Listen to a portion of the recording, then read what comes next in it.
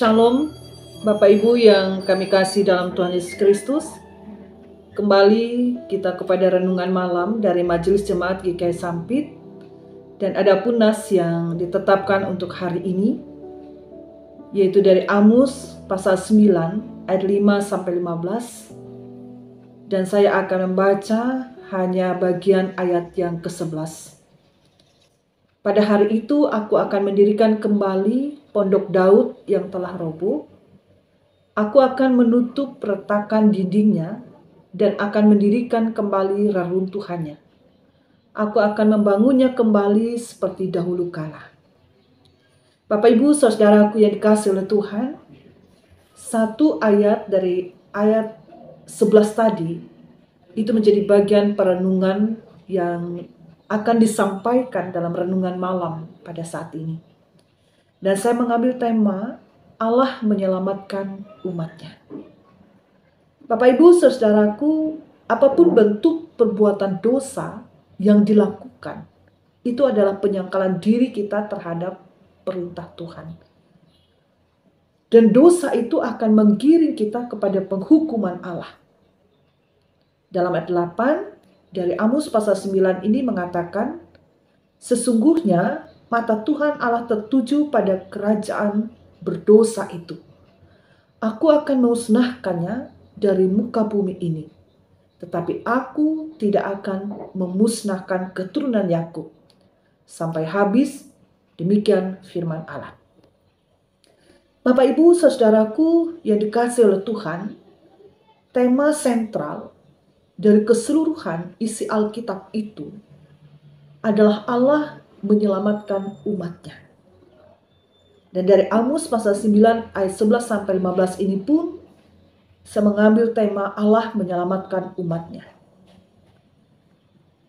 Nah, bagaimana cara Allah menyelamatkan umatnya? Pertama-tama dia mengutus raja-raja, hakim-hakim, dan nabi-nabinya ke dunia ini.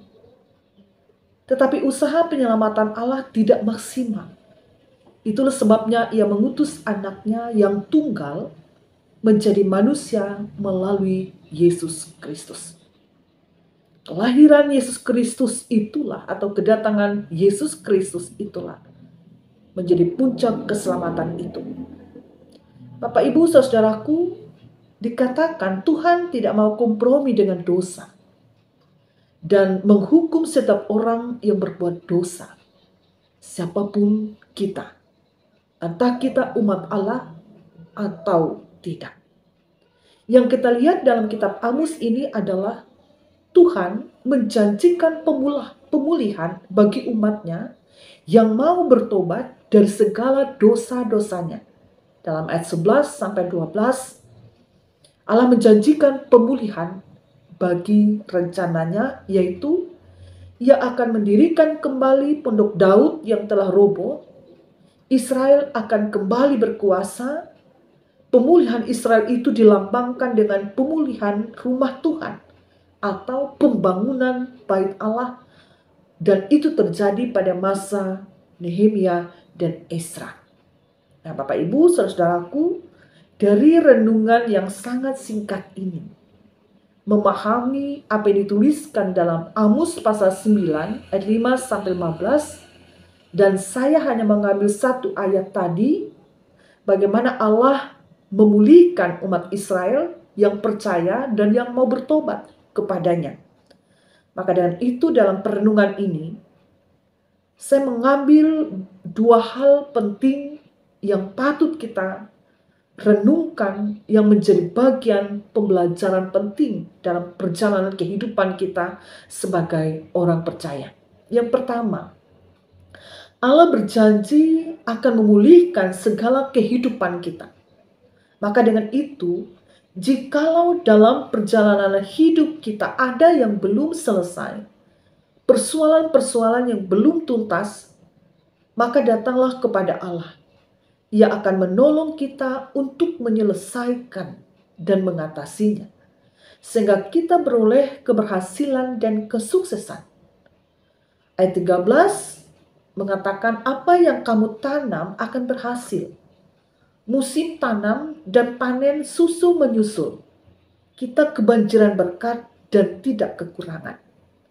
Artinya Bapak Ibu, bentuk penyelamatan Tuhan bagi kita yaitu dengan memberikan keberhasilan dan kesuksesan baik dalam usaha, bisnis kita, ekonomi kita, studi kita, pekerjaan, bahkan karir kita yang baik.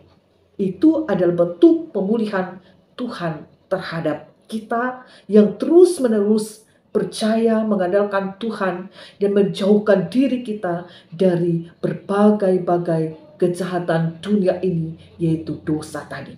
Yang kedua, ingat, dosa adalah penghalang dari berkat dan penyelamatan serta pemulihan bagi kita.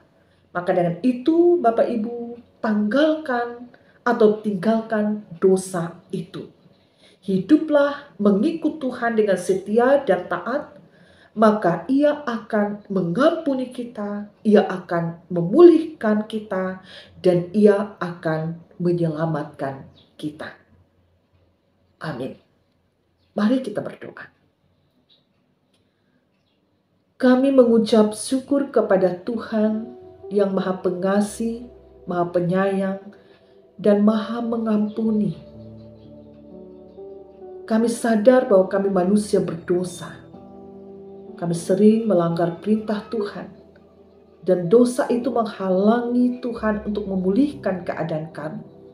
Maka dengan firman Tuhan yang kami dengar pada saat ini, mengingatkan kami untuk membereskan, menyelesaikan segala dosa yang ada dalam hati, pikiran, dan perbuatan kami, dengan berbalik kepada Tuhan dan mengikut Tuhan dengan setia, lalu taat melakukan perintah-Mu. Sehingga perjalanan kehidupan kami menjadi perjalanan di mana Tuhan menyertai kami, Tuhan akan memulihkan kami, Tuhan akan memberkati kami, bahkan juga memberikan keselamatan itu bagi kami. Diberkati kami, diberkati para pekerja-Mu, pelayan-pelayan-Mu yang memberitakan Injil-Mu bersama keluarga mereka. Diberkati kami sebagai umat Tuhan untuk mengikut Tuhan dengan setia dan menyerahkan seluruh keberadaan hidup kami siang dan malam ke dalam pimpinan Tuhan yang terus-menerus ada memberkati kami, keluarga kami, anak-anak kami, pekerjaan, usaha, tugas, dan pelayanan kami. Terpuji nama Tuhan Yesus, kami berdoa, mengucap syukur, berterima kasih atas kasih karunia Tuhan dalam kehidupan kami. Amin. Bapak Ibu Saudara-saudaraku, selamat malam, salam sejahtera bagi kita. Shalom.